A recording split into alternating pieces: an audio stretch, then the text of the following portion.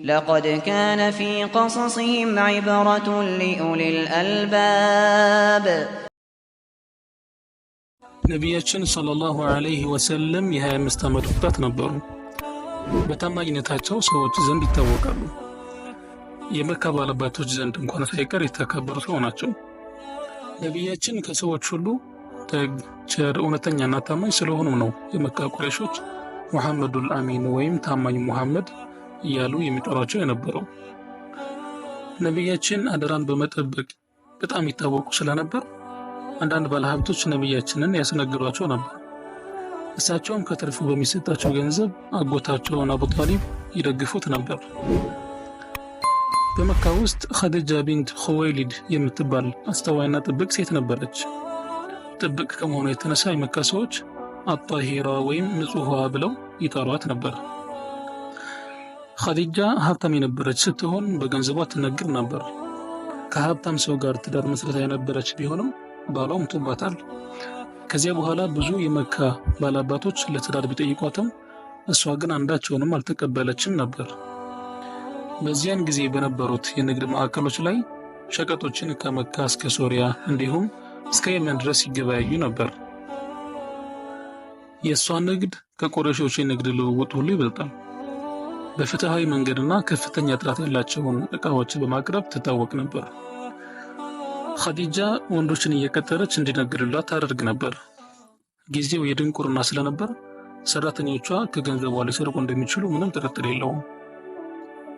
ኸዲጃ ስለ ነብዩ ሰለላሁ ዐለይሂ ወሰለም መልካም ዝና በሰማች ጊዜ የተሻለ ክፍያ ለሳቸው በመስጠት በንግዷ ውስጥ ልታሰራቸው ፈለገች። እሳቸውን በሰው በምታሰጅ ጊዜ ነቢያችን በስራው ተስማሙ። ከዚያም መይሰራ ከሚባል ታማኝ አገልጋይዋ ጋር ወደ ሻም ለንግድ አላከቻቸው። ነቢዩ ሰለላሁ ዐለይሂ ወሰለም ወደ ሻም ተጓዙ። እዚያ ሲደርሱ ከአንድ የመነኩሴ ገዳም አቅራቢያ በሚገኝ ዛፍ ጥላ ስር ተጠለሉ። መነኩሴ ወደ መይሰራ በመምጣት እዛች ዛፍ ስር ያረፈው ሰው ማን ነው አለው። መይሰራም ይህ የቁረይሽ ሰው ሲሆን የተከበረ የመካ ነዋሪ ነው አለው። መነኩሴውም በዚህች ዛፍ ጥላ ስር ነብይ እንጂ አርፎ አያውቅም አለው። ከዚያም ነቢዩ ሰለላሁ ዐለይሂ ወሰለም የሻም ገበያ ደርሰው የያዙትን ዕቃዎች ሸጡ። ከዚያም ከሻም መግዛት ያለባቸውን ሸቀጦች ገዝተው ወደ መካ መመለስ ጀመሩ። በጉዞ ላይ የፀሐይ ቃጠሎ በሚበረታ ጊዜ ሁለት መላእክቶች ነቢዩን ሰለላሁ ዐለይሂ ወሰለም ከፀሐይዋ ሲያንጣልሏቸው መይሰራ ይመለከት ነበር። ነቢዩ ሰለላሁ ዐለይሂ ወሰለም መካ ገብተው ለኸዲጃ ንብረቷን አስረከቡ። እሳቸው ያመጡትን ሸቀጦች ኸዲጃ በጥሩ ዋጋ ሸጠች።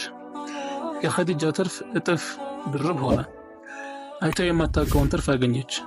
ኸዲጃ ተገርማ መይሰራን ጠየቀች። መይሰራም ስለ ነብዩ ስነ ምግባር እውነተኛነትና ታማኝነት ይነግራት ጀመር። አክሎም መነኩሴው ስለ እሳቸው የተናገረውንና ከፀሐይ ሲያንጣልሏቸው የነበሩትን ሁለት መላእክቶች ሁሉ ነገራት። ኸዲጃ ረዲየላሁ ዐንሃ የተነገራትን ነገር እንግዳ ስለሆነባት ወረቃ ቢን ነውፈል ወደሚባል ያጎቷ ልጅ ዘንድ በመሄድ የሰማቸውን ሁሉ ነገረችው። ወረቃ ከነቢዩ ሰለላሁ ዐለይሂ ወሰለም በፊት የተላኩትን ዒሳ ዐለይሂ ሰላም የሚከተል ነሷራ ነበር።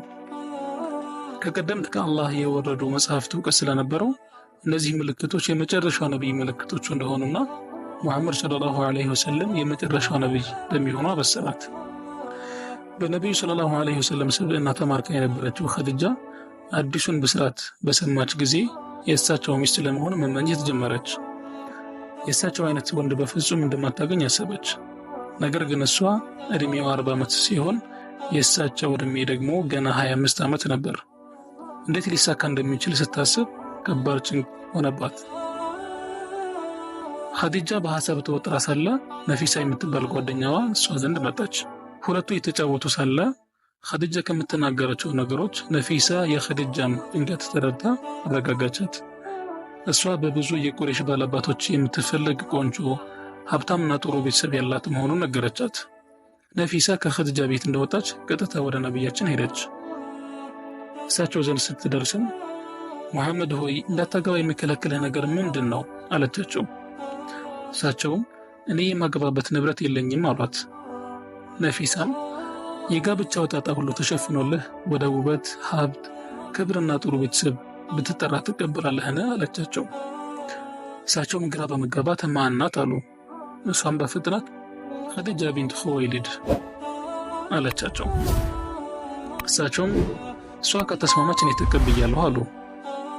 ነፊሳ ተደስታ ለኸዲጃ ብስራቱን ለመንገር በፍጥነት ተጓዘች።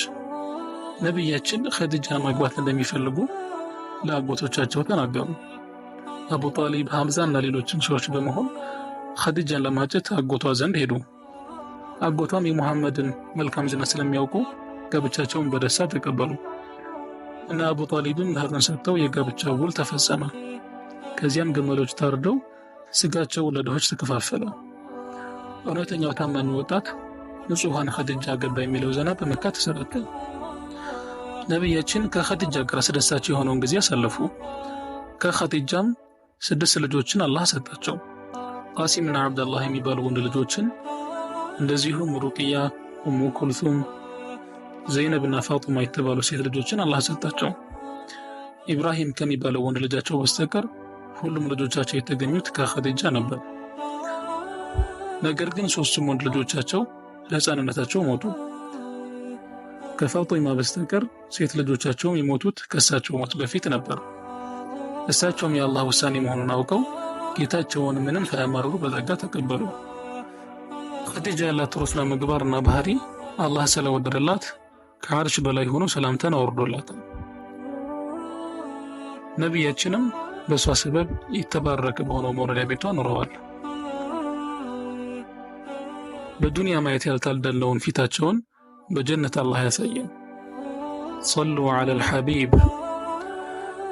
እንደነዚህ አይነት መሰል ታሪኮችንና የቁርአን ትምህርቶች ማግኘት ከፈለጉ ቻናላችንን ሰብስክራይብ ማድረግ አይርሱ።